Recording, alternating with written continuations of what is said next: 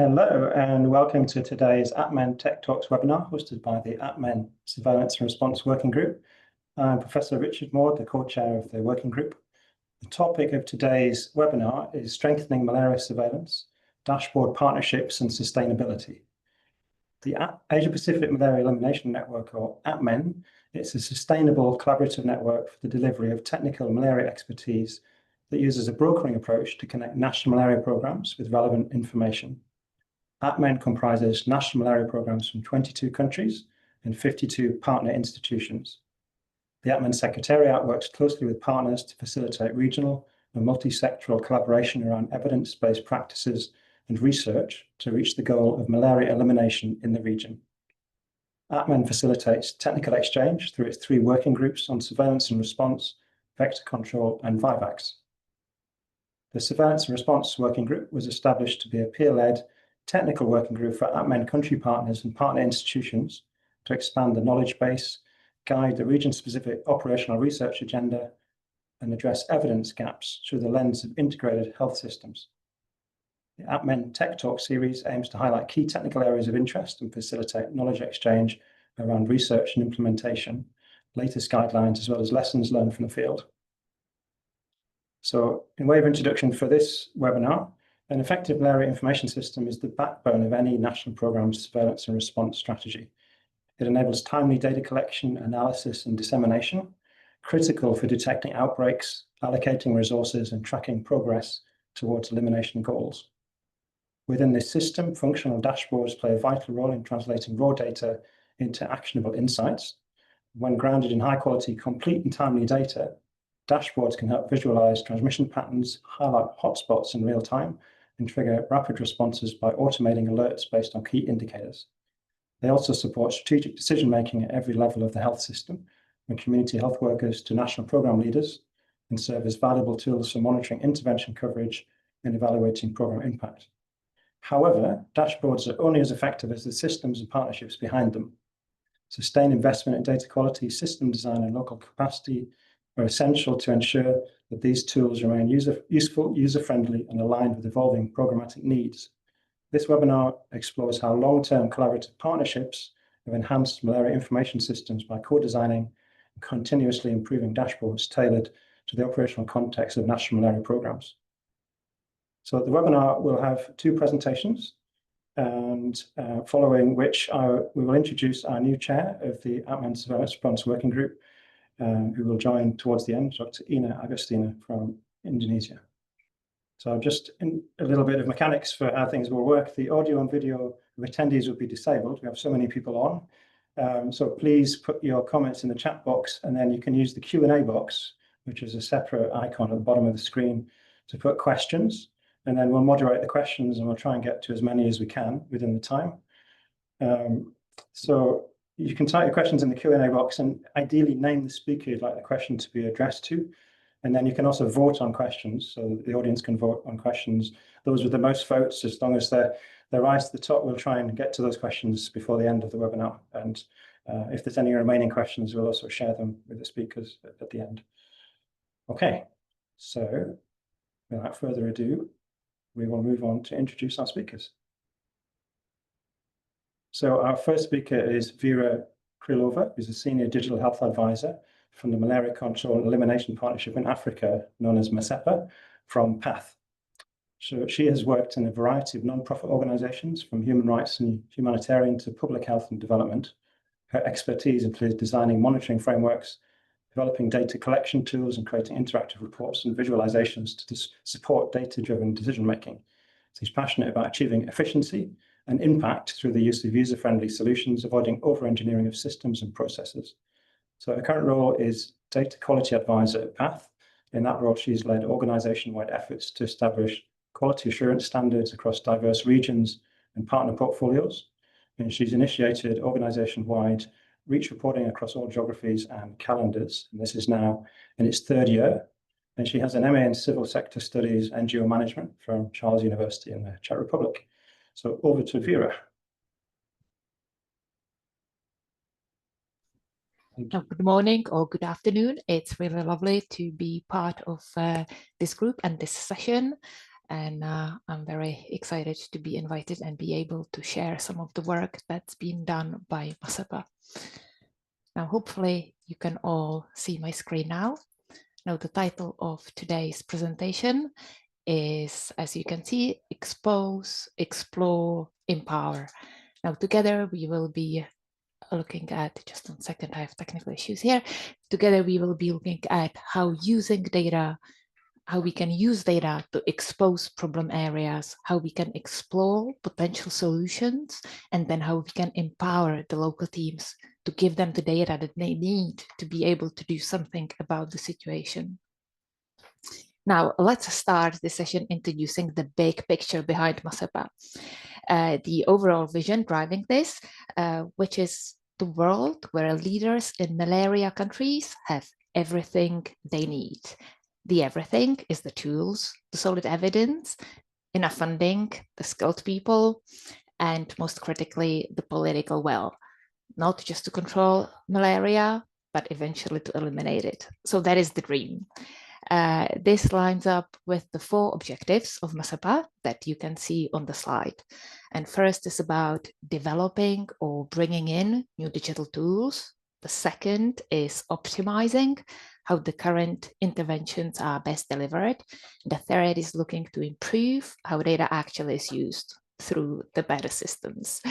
Now, the fourth one is building that local expertise, making it sustainable within the country. Now, in this title of this slide, you can see that there is a sense of urgency about this, because the fight against malaria is not standing still, and things like climate change and insecticide and drug resistance are happening.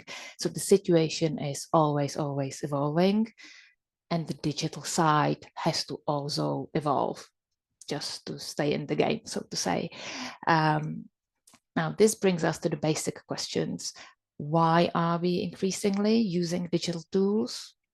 What is it that we're trying to achieve using tech and data? And how are we implementing our digital activities? It's the why, what, and how. Fairly basic questions. And today's presentation will look at the journey of Zambia and DRC. And even though those are very different countries and their approaches differ, the why and the what and the how stays the same. So the why is about better decisions from community to national planners, being able to know where to put their focus, when to act, and how to best use the limited resources that they have. The what sounds incredibly simple. It's around putting the right data into the right hands at the right time, but this is often very complex in practice, as you would know yourselves. The how is through strong partnerships, making sure that the solutions fit the context and also that the solutions last. Now, MASEPA works in 7 countries, and as I said before, we will focus today on Zambia and DRC, 2 very different journeys and 2 very different settings. One is being a transition geography, whilst the other one is a scale-up geography. Now, we're seeing here some of the context information for Zambia, just a few indicators from 2023. And I must say that when I joined MASEPA, Zambia's journey over the last 15 years is absolutely amazing. And I continue to be impressed. Really transformational. 15 years ago, malaria data was often anecdotal, it was unreliable, it was mostly based on paper records.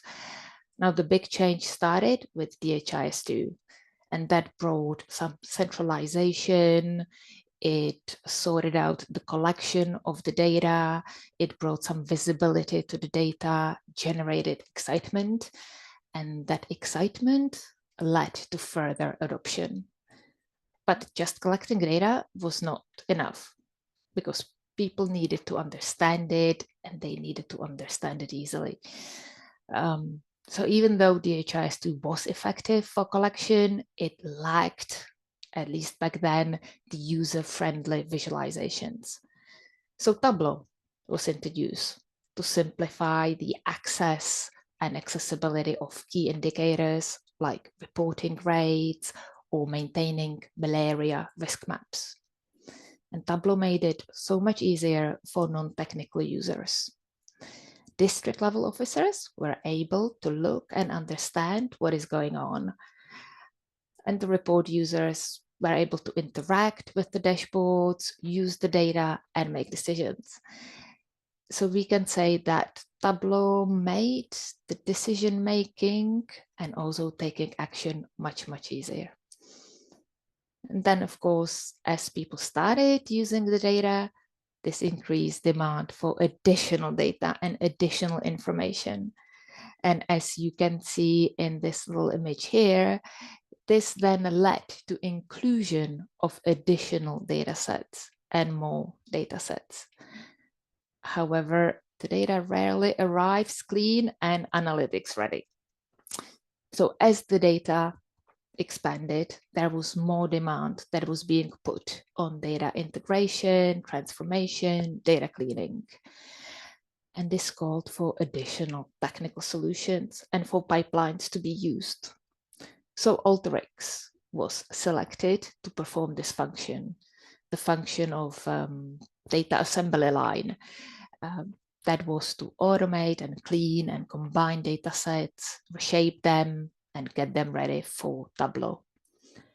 Now, as you can see again in this image, the work is never linear. Hopefully this image communicates that.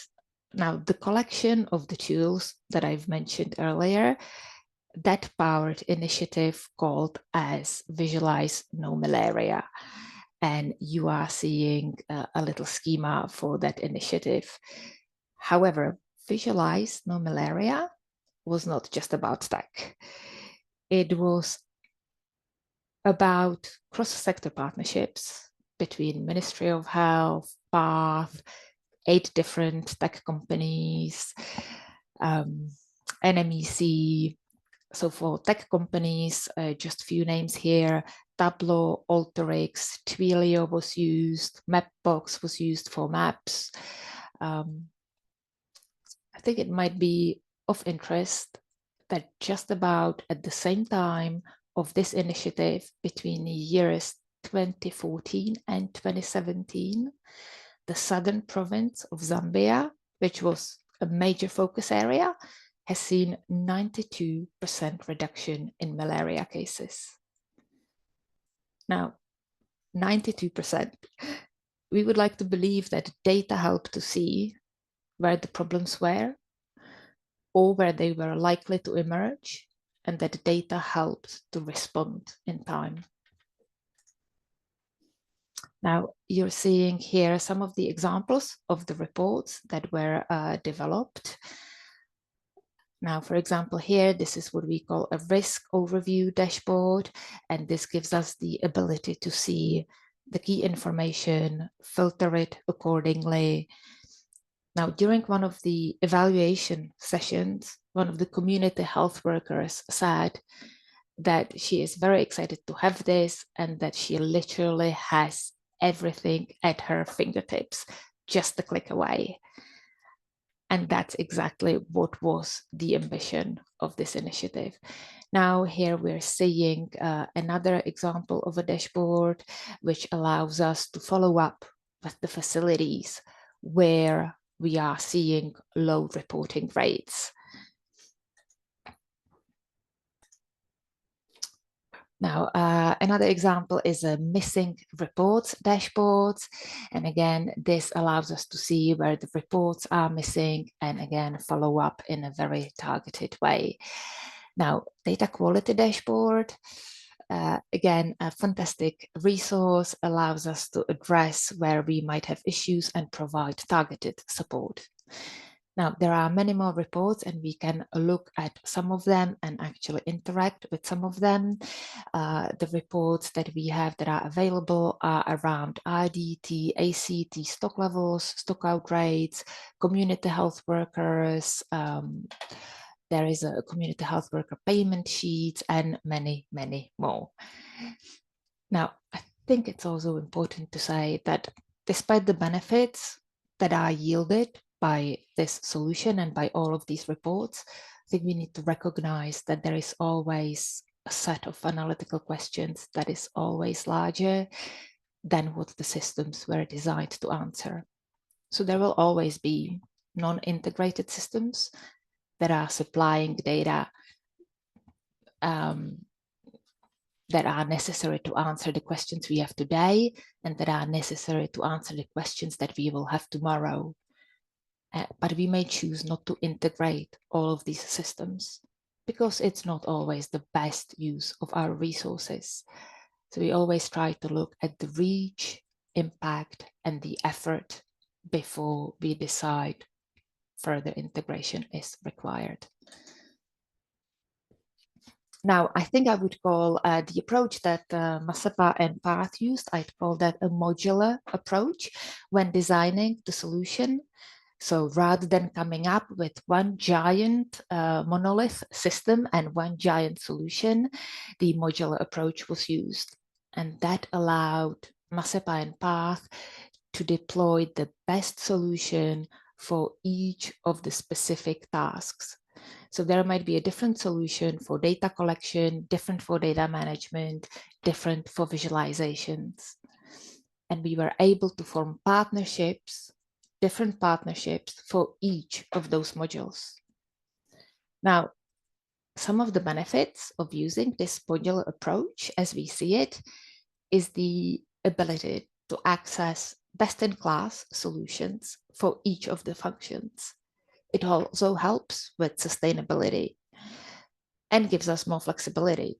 So we're able to adapt and scale the different components based on the needs. And lastly, but very, very importantly, it reduces the risk of vendor lock-in. Now, just to give you an example of that flexibility that I mentioned, Zambia is currently undergoing a transition and is actually looking to replace the visualization reports. And there is a shift that's being driven by greater need for sustainability. And due to the recent pricing changes of Tableau, we're currently looking at replacing the BI element of the solution. Now, this may sound like we are reinventing the same. However, that would be the wrong message. We do not need to start from scratch because lots of the foundational work remains, and that is constant, relevant, and reusable. As an example would be the user stories. The user stories that detailed who needs what data, when, and for what purpose. That stays regardless of the technology that's being used. Another example would be the required level of granularity. Again, that's something that stays. Now, the modular approach makes the transition and the replacement of the components of the technology stack easier. We don't have to fully redesign. I think that is the key away message. And here is just a quick glance at what the digital architecture was in 2023 and what it is envisaged to be in 2026. And you can see that there are significant changes. Now, as I mentioned before, I hope I mentioned this before, it's not just about technology and technology itself. It's about people, skills, sustainability. Now, as a part of this initiative, over 3,000 health workers were being trained. And they were trained not just to collect data, but to use the tools. So they were trained in how to analyze the information, how to generate insights for themselves. And this is important, especially now in the context when we're transferring the tools and the processes to the MOH and NMEP. Now, I thought this might be of interest. This is our internal digital systems health assessment, which allows us to monitor progress and changes. And we're looking at the Zambia picture from about a year ago. We have already experienced some changes since then. Now, here just quickly a list of some of the current challenges. Some of these are challenges, some of these are risks. And now I think let's move to DRC now, and we can see a staggeringly different scale of malaria burden. Now DRC accounts for about 12% of global malaria cases. And that is huge. And it accounts for about 11% of all malaria deaths. So what we have in DRC is not only epidemiological differences, but also differences in data infrastructure and data use. The key decisions often happen without data feeding into them. It's quite common to see data being used for donor reports, but not necessarily to drive the key decisions. Data is often scattered, and sometimes even an MCP cannot access the data. It's reported that there is a limited capacity to manage and utilize data effectively. And this includes not just limitations in technology, but also in skills and additional infrastructure. So we have a context where the data use at NMCP for decision-making is quite weak, and that's central level. And then you have the data from lower levels and private health structures and private health facilities. And this information is often not at all integrated into the main HMIS system. So we're looking at a country with this setting, a country of a huge size, country with overall poor connectivity, with frequent disease outbreaks, which disrupt things, a country that's undergoing ongoing conflicts. So incredibly different, incredibly complex context in comparison to Zambia. However, recently, there have been a really positive signs and positive things happening. There is a really good collaboration between stakeholders. There is a real push to bring data together from different places, and some of the foundational pieces have been put together. So, for example, master health facility list, essential. Currently, there is a national geo-reference community health worker list being put together. Now, these may sound as basic, but they are absolutely essential building blocks in order to obtain insight and good quality analysis. Now, this leads us to the NMDR, the National Malaria Data Repository. This has been designed precisely to tackle the fragmentation issues that I mentioned earlier. And the recommendation to set up an NMDR came out of WHO surveillance assessment in 2022. And quite a lot has been achieved since then. So the purpose of the NMDR, when we try to think of that, I think it's best described as a one-stop shop for all malaria data. And the goal here is integration, making data available for analysis, but at the same time, avoiding duplication. Now, when NMDR was being considered in DRC, there were 3 solutions that were being considered. And one was the main national health system, HMIS. Another option was having a dedicated data warehouse. And last option was dedicated DHIS2 instance, which is the choice that was made. So the choice was made because of the performance and governance issues. Now, currently, the NMDR is, shall we say, halfway there. The NMDR, just to maybe emphasize, that's not where the routine reports go. They go to the primary health data information center, system that handles the routine data. The NMDR pulls the data from HMIS and other sources. Hopefully you can see some of that in the diagram there. Now, additional considerations went into selecting the technology stack when building an NMDR. And there's been a lot of progress building this NMDR. There are 5 modules that are currently live within the NMDR. And there is a roadmap to integrate more data and set up additional malaria modules. However, what is the priority for MASEPA now to support? Yes, it is the expansion, it is the inclusion of private health facilities data. It is the introduction of new malaria modules.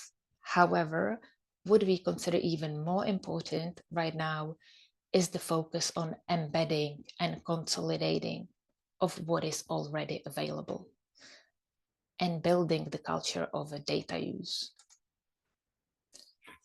Now, currently, you can see a snapshot of a few dashboards that are available. These are available in Tableau. Some dashboards are also available in the DHIS2 instance of the NMDR. So currently we're looking at having dashboards in both. There are also discussions right now about potentially using alternative BI solutions. And those conversations are ongoing, and we expect that decision to be made within the next month or 2. And again, as previously with Zambia, here you can see a snapshot of the digital health as we see it. And again, we are looking at some of the risks and challenges this time related to DRC. Now, I think it's important to say that tech is only one piece of the puzzle. There are many more pieces, which are partnerships, finances, skills, and all of the other areas that you would know from your own work. Now, hopefully, Visualize No Malaria showed you how partnerships can be a win-win. We believe that partnerships are win-win for public sector as well as for the private sector. So we think that public sector, as a result of these partnerships, gets better tools and gets to make data-driven decisions. And the private sector gets to be innovative and gets to work in high impact setting, which they might not normally. And the ultimate goal here is to transfer the skills and build the capacities within the countries, so the countries themselves can own it, drive it, sustain it, and long term. So I think I will finish here. And if we have any time remaining, we can look at the live dashboards. Apologies. Thank you, Vera. Did you want to show just quickly?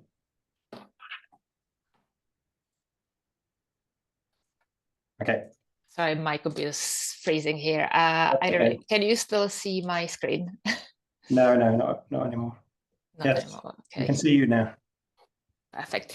I'll hand over. I think I ran out of time slightly. Apologies for that. No worries. Thank you very much. So for the audience, we'll take questions at the end in the Q&A in the remaining time. If you can put your questions in the Q&A box, and then there's a little symbol, a thumb symbol. If you want to vote for the questions you want to be prioritized, we'll try and get to as many as possible. You click on the thumb, it'll add votes.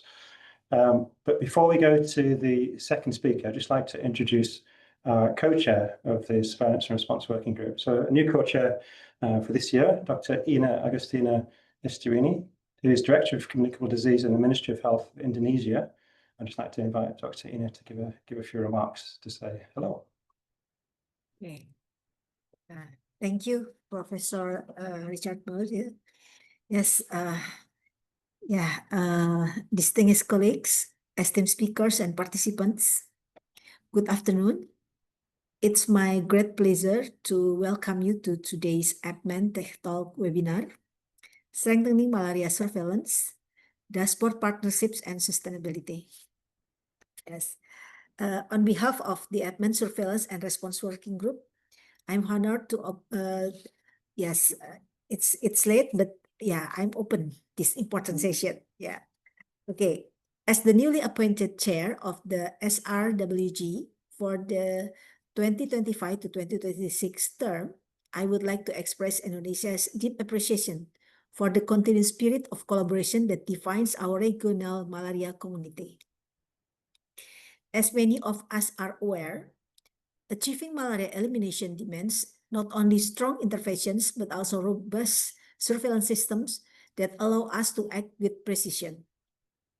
At the core of such systems are dashboards, tools that convert raw data into timely, actionable insights that support rapid response, accountability, and program planning. Dashboard serves are a critical function across all levels of our health systems, from frontline workers to decision makers, helping us detect outbreaks, track progress, and allocate resources effectively. Yet, their true power lies in how they are built and sustained. Dashboards are most impactful when developed through meaningful partnerships that engage users, respond to local needs, and evolve over time. Today's webinar highlights exactly this, how long-term collaboration fosters resilient malaria information systems. We are fortunate to learn from two leading initiatives. First, that we just see the presentation from Pat, whose work in Zambia,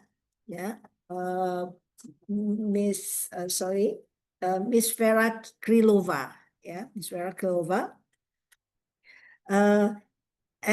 Yes, we learned many things from Miss Chiara presentations.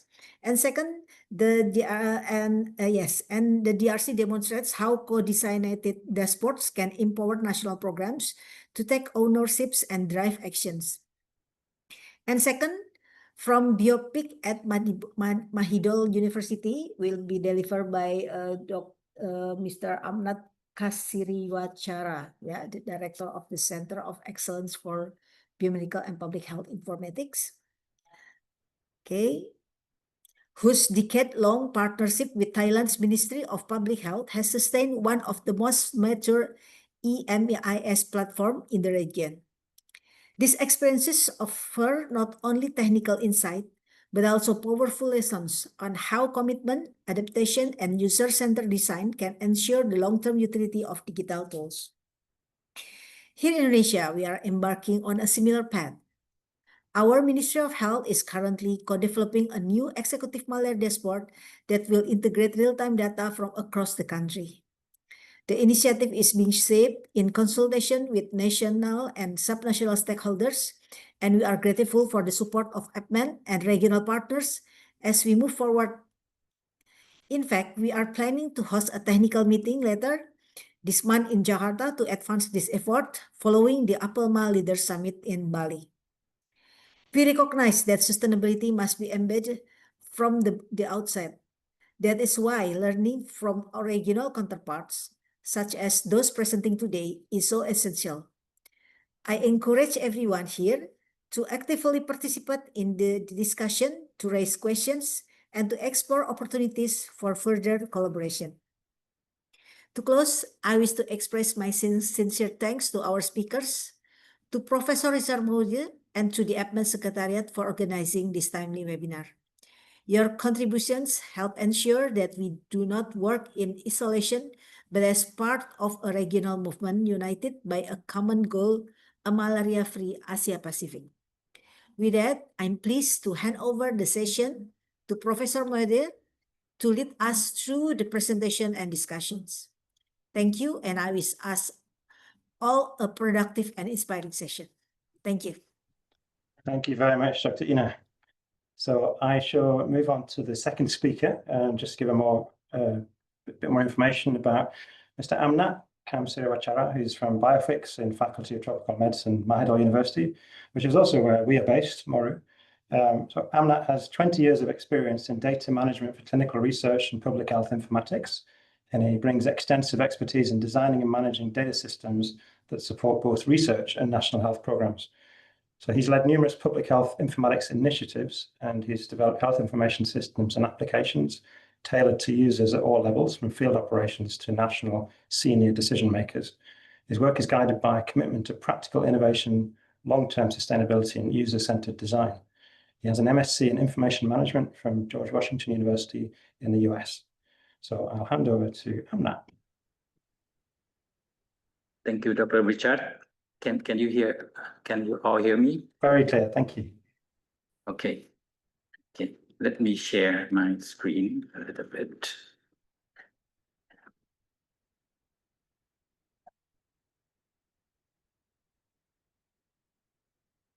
Okay.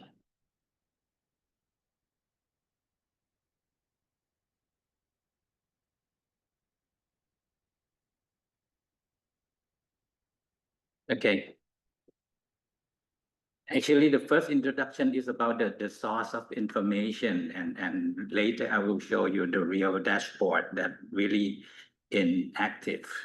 Thank you for the webinar for having me in this session. So this is a session that will show about dashboard that we use in malaria situation. Okay. So just a little bit of background that we developed the system. Hold on. Okay. Actually, this system has been launched for over 12 years since we got funding from the Global Fund, and actually, at the beginning, there is no information at the vector-borne disease control to record all malaria case. In that time, they used only paper-based, and the objective of the development of this information is to come up with the effective management information capable of operational staff to enable high-quality implementation of malaria elimination strategy of artemisinin resistance at that time. So it became the malaria surveillance of the country. Actually, we just sum up everything from paper-based and using GIS technique, looking around that on the paper-based and try to use GIS technology to integrate into the system. So the root base of the information that come up to the dashboard is the structure of work in the vector-borne disease.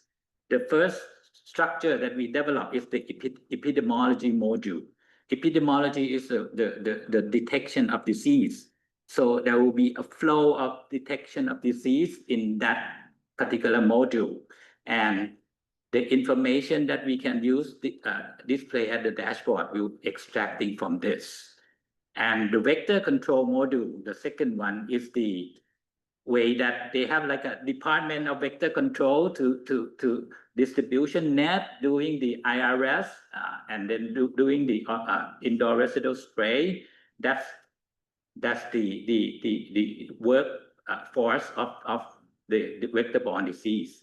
And the third part will be the entomology module that they're gonna pick up the vector at different area, that the risk area, and identify what type of species that vector that consists. So if you want to build the system that sustain, you should So this is the concept that we built the system based on their routine work. So then we just convert that routine work into a system. So we got the system that even though the funding has gone, but they have the system to work with, so they can continuing their jobs and doing the control or elimination work of malaria. And the system is now coverage of the whole country of Thailand. At the beginning, we built only Thai-Cambodia border, but after we talked with the MOPH kind of expanded with the Global Fund to the whole country. And the system is simple. It just follow the routine work, the form that they recorded, the case, the investigation, and the follow-up. So if you can catch up those kind of flow and make it into a system, it will become a data source. So the data source consists of passive case detection, location, diagnosis result, treatments. And this is the vector control module that contains all of the household survey, LLIN distribution, impregnated bed net, or IRS control. So it's their work. So we just transform those kind of work into system. And the last one will be the entomology module that capture all information that include all type of mosquito, what kind of larva, water source, the result of the PCR. So just try to convert that into a system. So you will get the data automatically. So this is some kind of screen capture of the entomology module. So in summary, after this, I will show you the live one. This is the structure of the malaria online. So it will capture all the module that I said before: epidemiology module, entomology module, vector control module. And then later, if you see this one, this is the dashboard that related to each module. And mHealth is another development of the level of when we reach the elimination phase, the case will be lower. So we kind of thinking of another solution that should respond with individual base, because in the guideline of the surveillance is indicate that you need to respond to individual base when the case is lower. So I can show you the example of the real dashboard based on that. So now I will begin the live demo of the real dashboard that related to what I been said. Okay. So the first one, can you all see the screen? Yes, thank you. Okay. So this is from the epidemiology module. This is the main dashboard that actually it's based on epidemiology concept, time, person, place. So, but it's just the summary of the overall malaria situation in the country. As you can see that when we launched the system in 2012, like 12 years ago, the malaria case has been a lot, over 33,000 cases per year. And then after all the intervention, the investment, all the actions, the malaria case has been lower, as you can see that from 2012 to 2021. So we reached that only 3,000 cases per year. So that's why I show you that there will be an mHealth solution. That's another method that recommended by WHO. When you reach the elimination phase. You have to come with the individual base. So I can show you the later what the system looks like. But unfortunately, after 2021, the case is back in because of the conflict of the country, neighbor country. So the malaria situation was flooded into Thailand on the western part too. So, but this is the useful of the information that we have, because this dashboard contains a lot of variable that can show you the root source of the problem. For example, if you click on this year currently, you will see that this is the proportion of the migration people. This is called M2, and this is M1, and this is Thai people. So you see that the proportion of the migrant are almost equal to Thai. So this is the root cause of so this dashboard can like monitoring the case. This is like the pattern of the case through time, and this is the locations at provincial level and district level, and you can identify the problems easily by click on each one. Suppose you click on this Tak province, it will filter to the district level, and you can see that this is provincial level and this is district level, and it's distribute the number real time.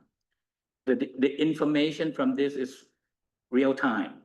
So it's about 2 weeks. It's about because of the structure that we designed, that when people, and one thing that I wanted to emphasize is that this can change the policy too. Once you develop the electronic surveillance system, the MOPH issue a policy of the reporting of the disease of malaria should be reported in 1 day. So that's how the surveillance can drive the policy, because and like 12 years ago when we finished development, we found that the duration that they report to the case for the malaria case was very slow. Sometimes it takes 7 days or 10 days to report. So that's why they come up with a new strategy. So it's called 137 strategy. So the dashboard can also affect those two. For example, this dashboard 137. 137 means that the case has to be reported in 1 day. So this is like the indicator that show that which percentage that they report not compliant to the policy. If red, it means that they reporting slow, something like that. So we can use this dashboard to monitor their performance 1 day, 3 days, 7 days. 3 days is like the investigation time, that after they file the case, how can they investigate the case. Or 7 days will be the action, whether they can respond to the index case for how fast it is. So that's the useful of the dashboard. And there are several things that you can take a look from this dashboard. For example, in Thailand, there are some new species that we found. For example, pinocyte. So this is the variable of the species of malaria. When we filter pinocyte, you can see that there's some increasing of the new species that found out, and it can locate the location of the case too. So we found that there are some case fluctuation in southern part of the country.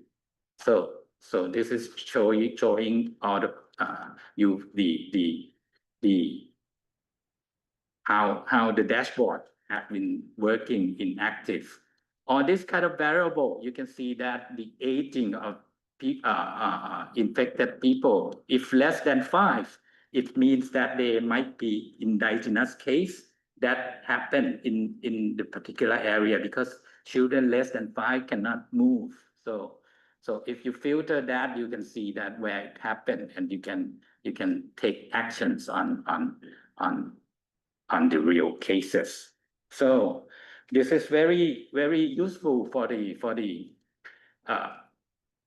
but actually in real time, in real world, this may be not enough.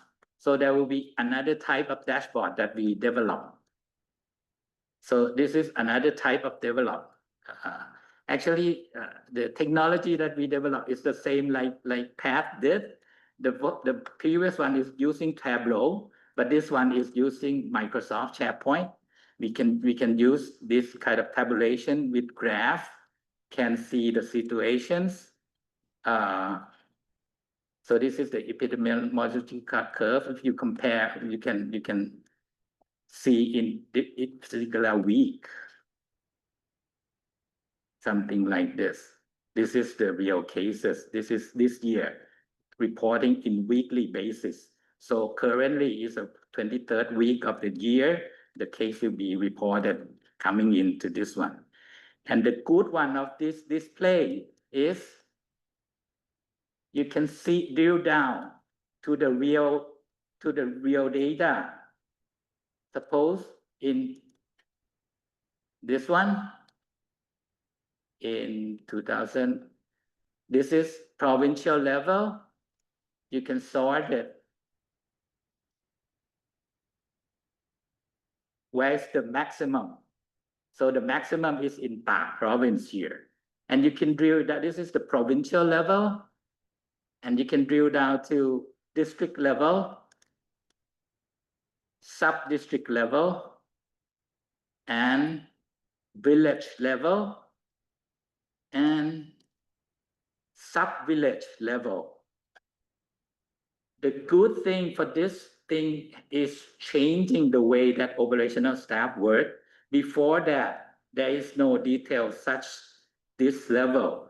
So the allocation of resource is like spreading. But once this has been developed, they allocated the resource to the right target within the right time.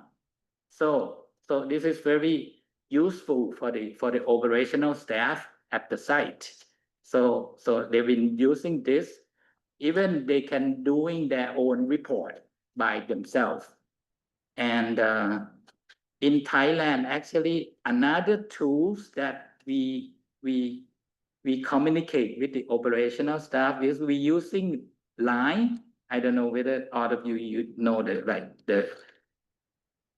there will be communications tool that we can send the information to the group. Suppose you have a Mr. Amnat, yeah. Should we give some time for questions? It's amazing Okay. information that you're showing. There's lots of interest online. Okay. Maybe just because we've only got a few minutes left. Okay. And just a big thank you to Vera for answering a Q&A in the box. So we won't. Maybe the last one that I want to show. This is the mHealth solution that I showed you. Yes. Thank you. This is the last one that maybe I want to share. So this one will be the individual level that have to respond. So we developed the mHealth solution that based on the first malaria online, when the case happened, we will send the case to the site, and the site will draw a polygon to like a working spot. Suppose, so this is the real-time data that happened in the last 2 weeks. This is from 5 June and then 20 May. So this is the maximum case that happened. So this is where the case happened here. 43, you can see that within 2 weeks, there are a lot of cases in this particular area. So there will be a polygon of this attached to the area because we would like them to draw the area that concerned. So this is the area classification concept that in the guideline that you have to classify the area of the malaria infection. So this polygon has been drawn by the operational staff, and then whatever plan that you're going to do the IRS plan or the LLN distribution. You can show it whether this intervention has been put or not. So this is the concept that we can send to the operational staff to work in the real time basis, so they can see the actions in real time. And this polygon will contain a lot of information, like how many households in that particular area, how many population in that particular area. So it's a very powerful tools that you can manage the case and can handle the case situation in real time basis. Right, that's fantastic. Thank you so much for sharing all of that. And just to let people know, there's a link to the dashboard in the chat, so you can actually have a look yourselves. So we've got a couple of minutes left for questions, but what we're going to do is we've taken a record of everyone's questions because there's quite a lot. We're going to share them with the speakers and ask if they'd be willing to answer some of them. We can then share with the audience later. Okay. If that's okay. Yeah. So we'll just quickly we'll go back to Vera, just one question. If that's okay, Vera. And then I'll come back to Amnat with one question as well. Sure. So just to ask, there's a question about what makes an effective partnership, which is sort of the theme of this webinar. What's effective partnership for malaria surveillance dashboards now to ensure alignment across stakeholders? Just wondering if you had a comment on that. Thank you. I've just started answering that question. It is a real challenge. I think credit goes here to my colleagues in MASEPA that have been forming those partnerships, and MEP played a crucial role in providing the steer. So we as MASEPA try to provide all of the support that can be provided. However, the decisions have to be made locally and have to be owned locally. So currently in the transition process, absolutely focus on NMEP, Ministry of Health, making all of the decisions about individual components, how they're going to be replaced, what they're going to be replaced with, how they're going to be sustained, rather than helicoptering our solutions onto them. Great, thank you very much for that. And just to go back to Mr. Amnat, there's a question about what role should dashboards play in early warning, which is a hot topic right now, or early warning and outbreak detection for malaria endemic areas.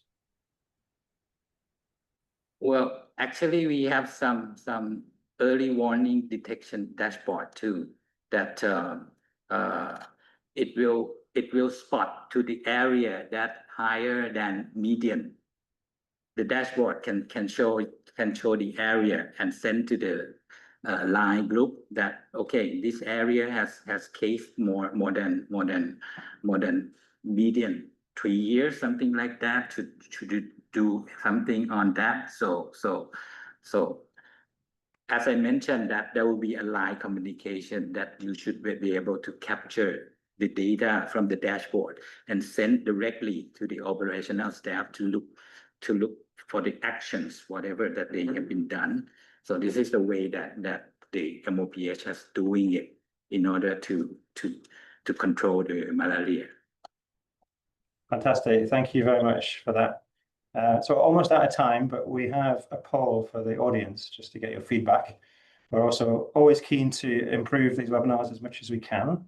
So I'm hoping Paul will be ready to launch that poll very soon. In the meanwhile, you can continue to put questions in the chat once you've completed the poll. And for both speakers, you're welcome to keep answering. You can type Otherwise, we'll share them later. We've got them all recorded here. So I'll just give people a while to fill in this poll. And Richard, if I may, I've put a link into the chat, which gives people access to the webpage where they can interact with some of the dashboards that are being used in Zambia as well. Oh, great. Thank you for that. Yeah. So then we've got 2 links, one for each speaker, so you can have a look. Great.